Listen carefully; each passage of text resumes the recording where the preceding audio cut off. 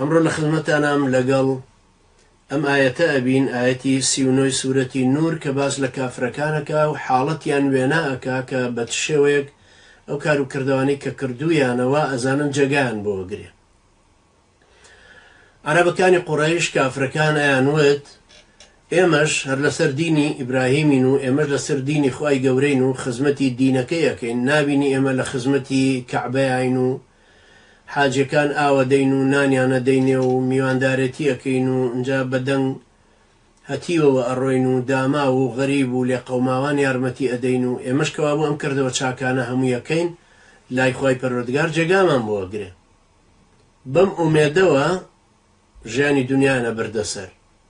ئەنجا سەیری کەم خوای پەروەردگار چۆن ئەم حاڵەتەی ئەوانی تەشبیه کردو بەم دیمەنەی کە ئێستا لەم ئاەتەی 39 سوورەتی نورە وێنایە کێشێ. بەم شێوە خوای گەورە فەرمێ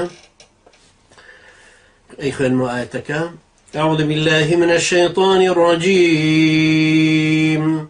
بسم الله الرحمن الرحيم والذين كفروا أعمالهم كسراب بقيعة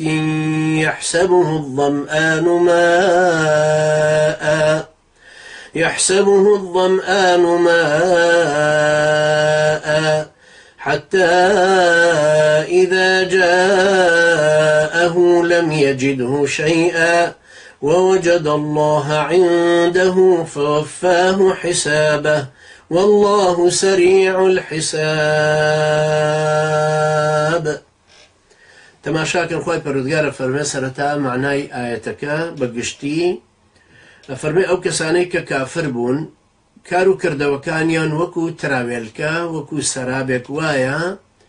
کە لە دەشتێکی تەختی کاچی بە کاچیایە، ئەو کەسەی کە زۆر تین و شەیدای ئاوە وا ئەزانێ ئەوە ئاوە، بەڵام وەختێک کە خۆی بۆ ئەکشێ هەوڵی بۆ ئەدا و ئەیگاتێ سەیرەکە هیچ شتێکی لێ نییە، لەویا خوای پەروەردگارە بینێ کە محاسبەیەکە وردەکارانەش هەموو حساباتێکی لەگەڵاکە. خوای پەروەردگاریش سەریع الحسابە واتە زۆر لێپرسینەوەکانی سەریع و خێران.